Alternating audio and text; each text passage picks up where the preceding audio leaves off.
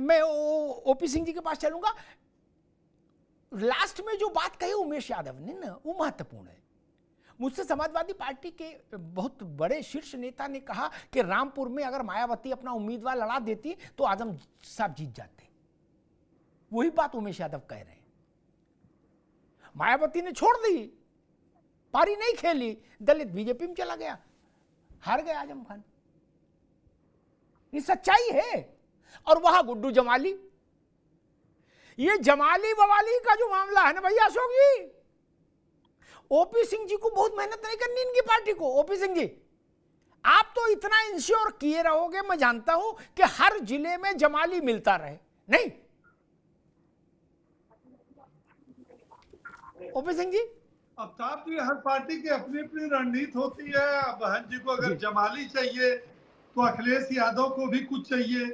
उनको भी तो आजमगढ़ में देखा ना, अपना परिवार भाई को ले आकर के लड़ा दिया। सवाल इस बात का है कि ये जो बैठ करके हम लोग गणित बैठाते हैं कि दलित यहाँ गया, मुसलमान यहाँ गया, सवर्ण है तो यहाँ गया, यादव है तो यहाँ गया, ये सारे समीकरण चलते हैं। लेकिन सबके ऊपर एक समीकरण चलता है, सबका साथ सबका विकास। और ये केवल ये नारा नहीं है। नारा होता तो जो बल्ब जो इस तरह के होते हैं ना चाइनीज वाले, फ्रीज हो जाते हैं।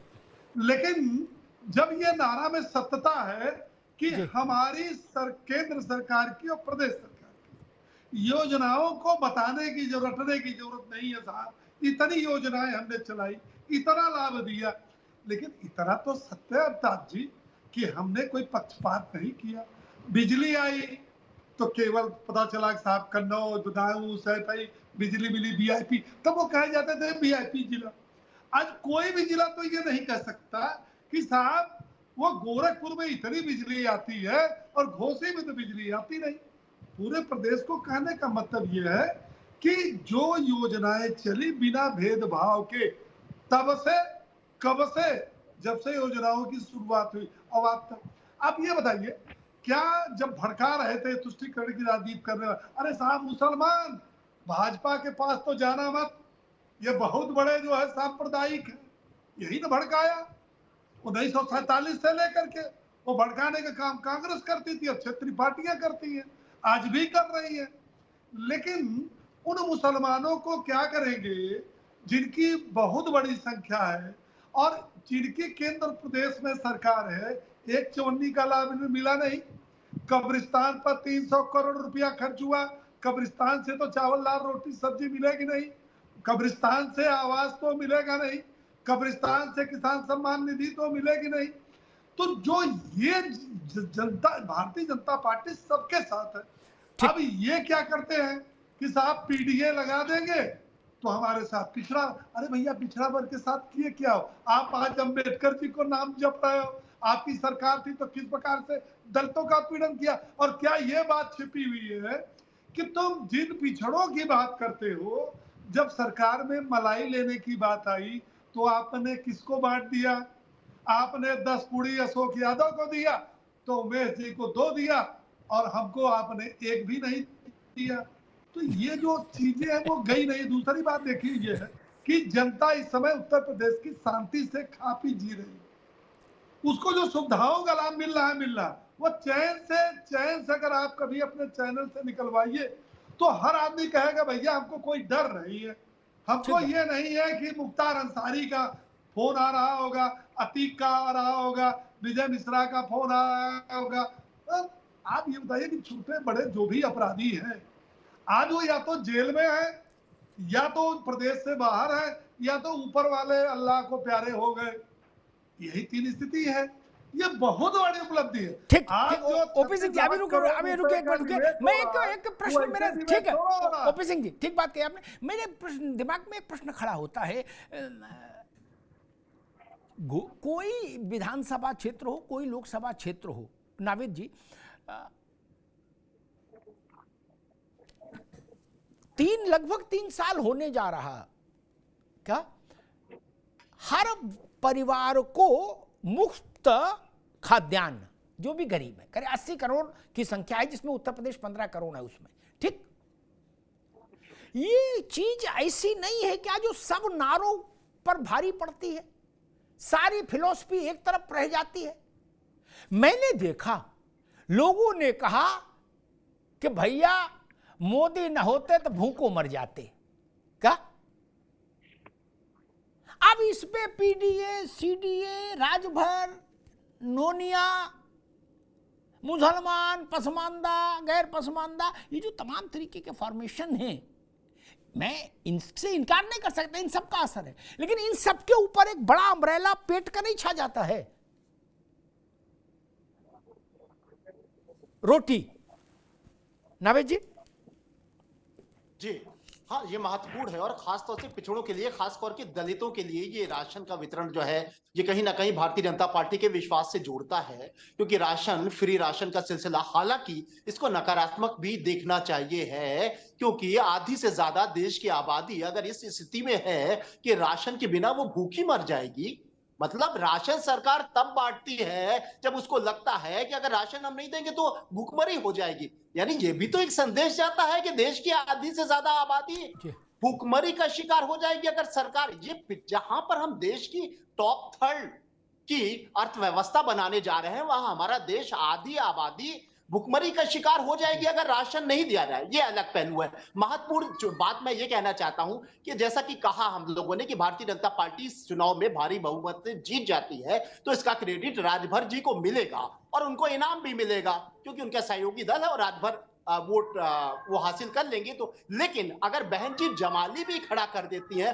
और तब जीत होती है, तो राजभर जी का इनाम कहीं ना कहीं हल्का हो जाएगा, ज्यादा क्रेडिट बहन जी को मिलेगा। दूसरा पहलू यह है कि अगर बहन जी अपना प्रत्याशी नहीं खड़ा करती हैं, तो एक तस्वीर यह साफ हो जाएगी कि कुछ ना कुछ इंडिया के साथ में बहन जी की खिचड़ी पक रही है, और जो अनुमान लगाया जा रहा है कि आने वाले वक्त में कहीं ना कहीं वो अभी डावाडोल है, उनका कोई अभी कोई स्टैंड सामने नहीं आ रहा है। लेकिन ये चुनाव में जमाली खड़ा करना या प्रत्याशी ना खड़ा करना, आगे लोकसभा में इंडिया के साथ बहन जी के आना या ना जाना भी तय है।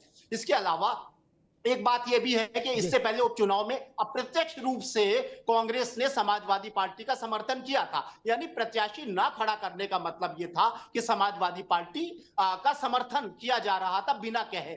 लेकिन जिस तरीके से इंडिया की रूपरेखा तैयार हो रही है और दोस्ती हो रही है कांग्रेस की क्षेत्रीय दलों के साथ, अखिलेश यादव राहुल गांधी के साथ बैठ रहे हैं मीटिंगों में, तो होना तो यह चाहिए है कि कांग्रेस के बड़े नेता बाकायदा ऐलान करें। ठीक है नावेद भाई, ठीक है समर्थन करते हैं।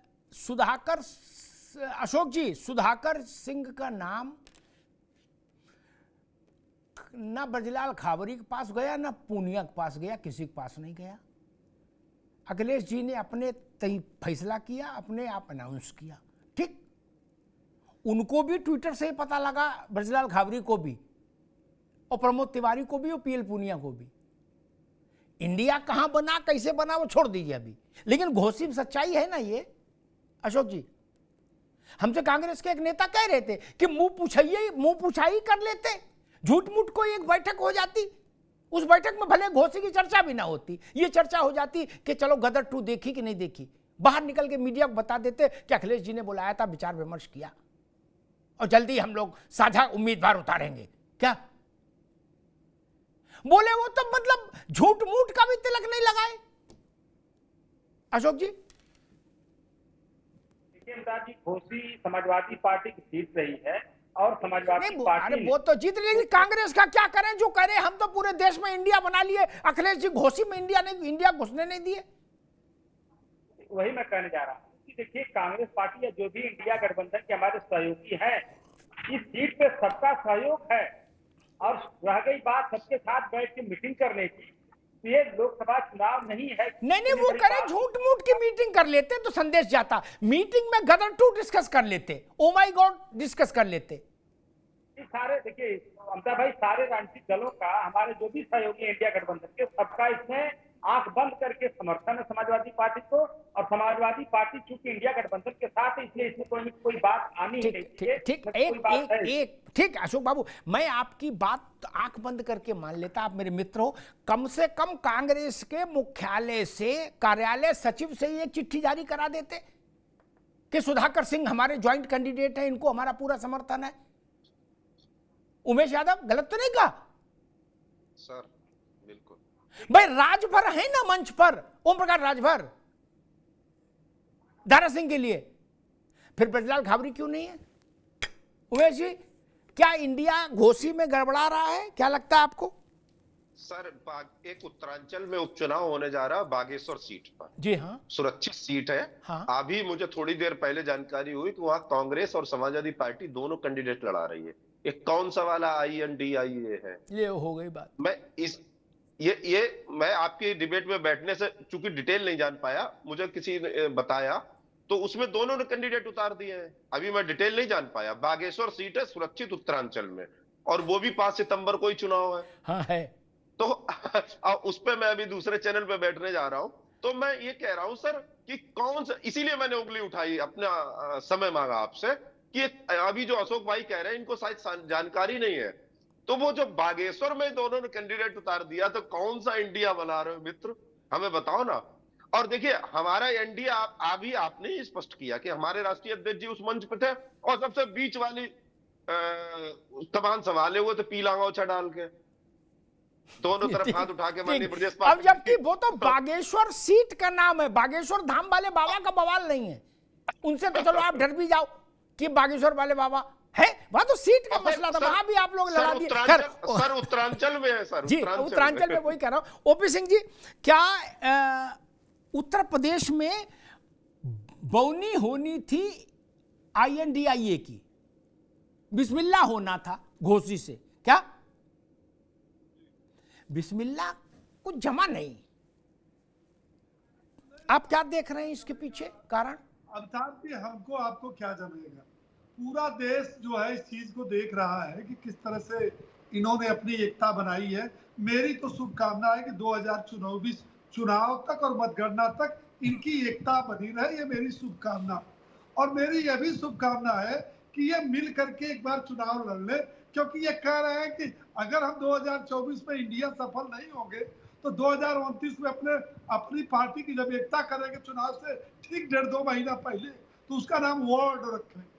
सारा सब पूरी दुनिया उसमें आ जाएगी।